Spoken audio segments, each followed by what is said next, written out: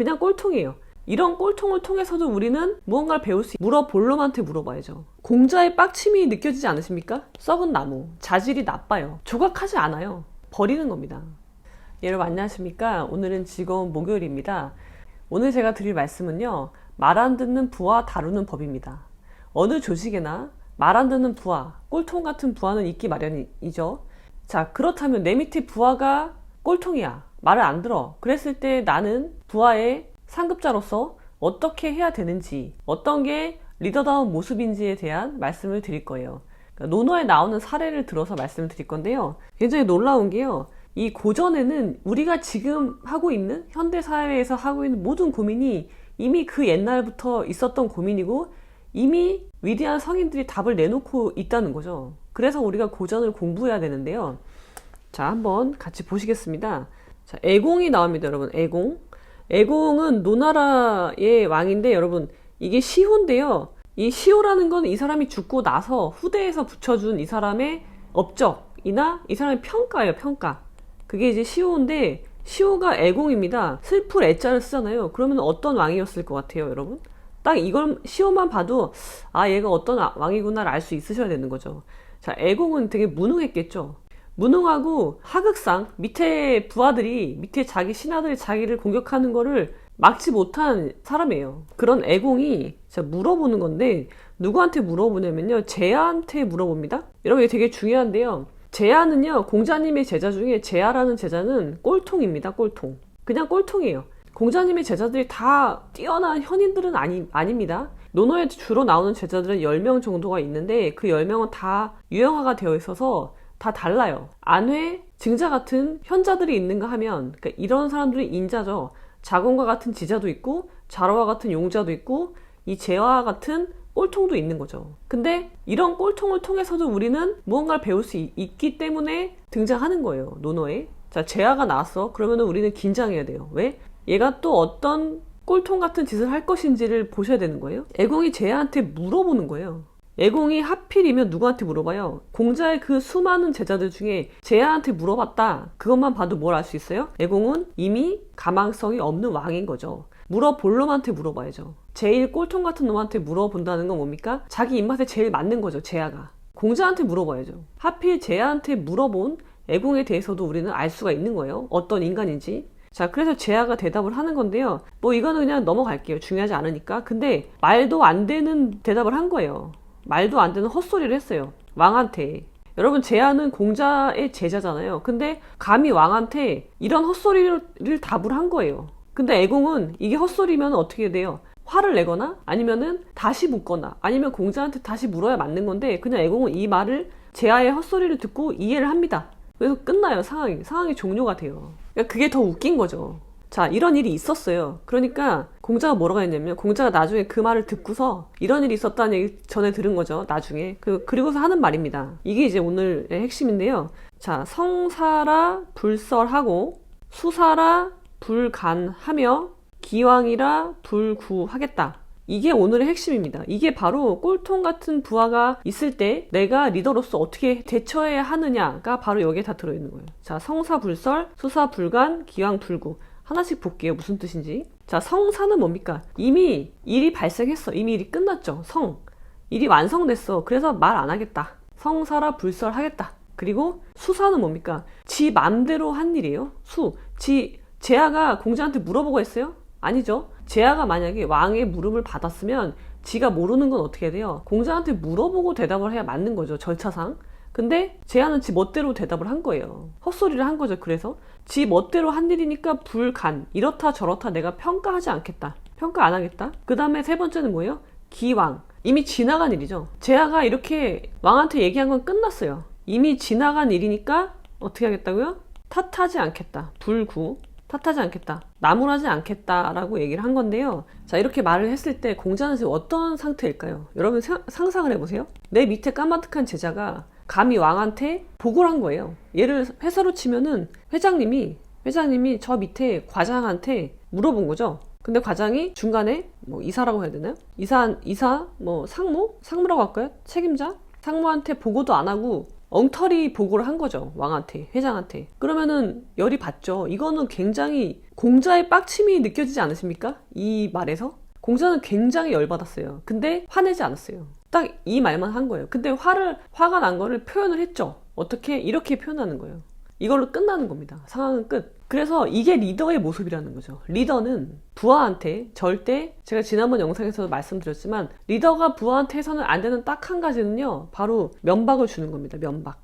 왜냐면 면박을 주면 어떻게 되냐면요, 상간의 그 리더의 자질에 보면은요, 부하한테요, 카리스마가 있어야 돼요. 카리스마. 이 카리스마는 한자로 하면 장엄함이 있어야 돼요. 근엄하고 장엄한 기운이 있어야 됩니다. 리더는.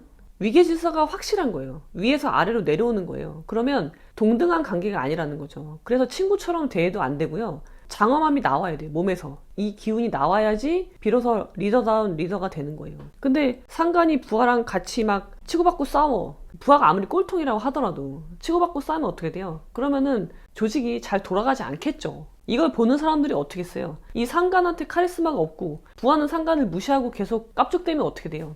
공자는 그래서 어떻게 해요? 이렇게 자기의 빡침을 이렇게 표현했죠? 얼마나 멋있어요. 되게 멋있게 표현하잖아요. 제아를 갖다 놓고 너 왜 그랬냐고 막 하지 않잖아요. 혼내지 않잖아요.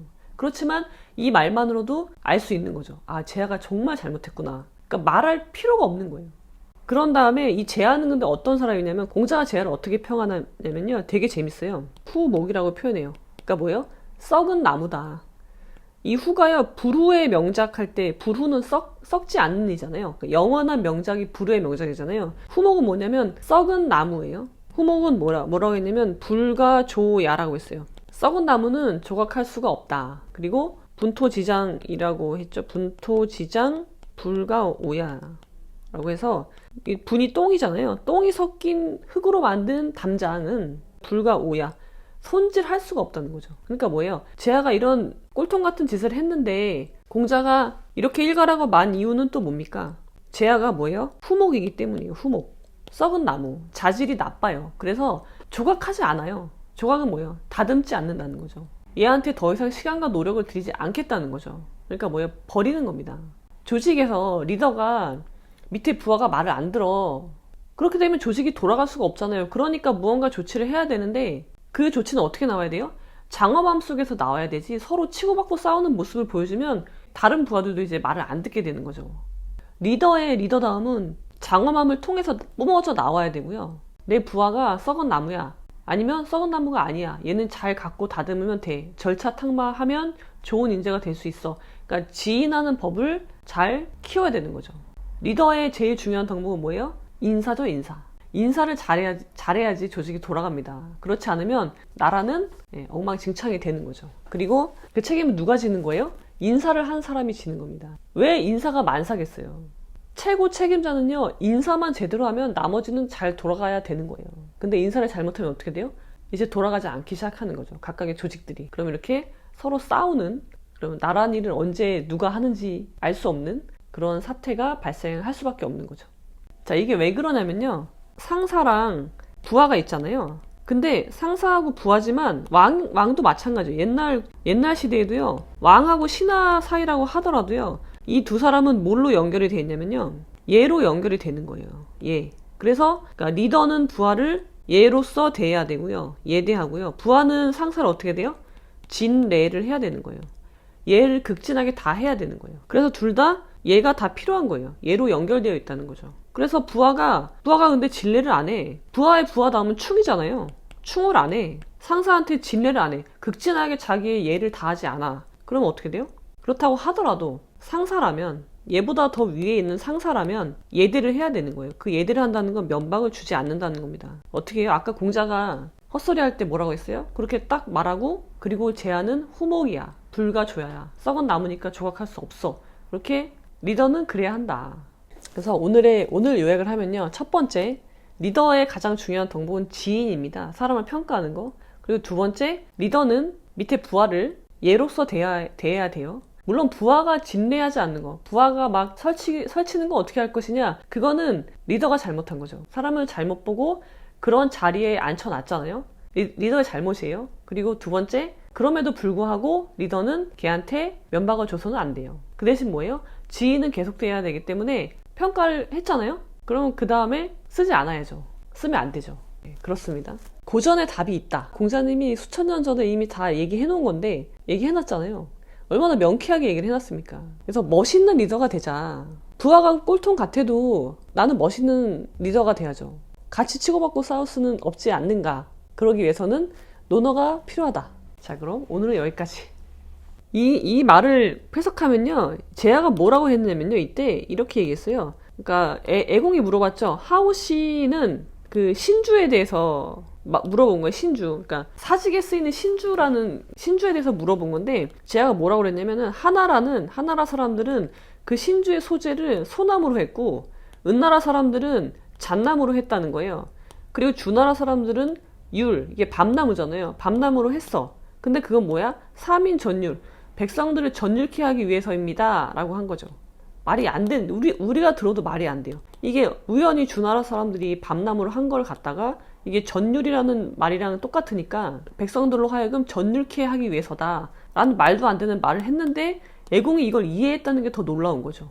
그래서 이 논어의 구절은요, 되게 많은 걸 얘기해주고 있죠. 뭘 얘기해주고 있습니까? 첫 번째로 리더가 빡칠 때 어떻게 그걸 표현해야 되는지에 대한 내용과, 두 번째는 물어볼 놈한테 물어봐라는 거죠.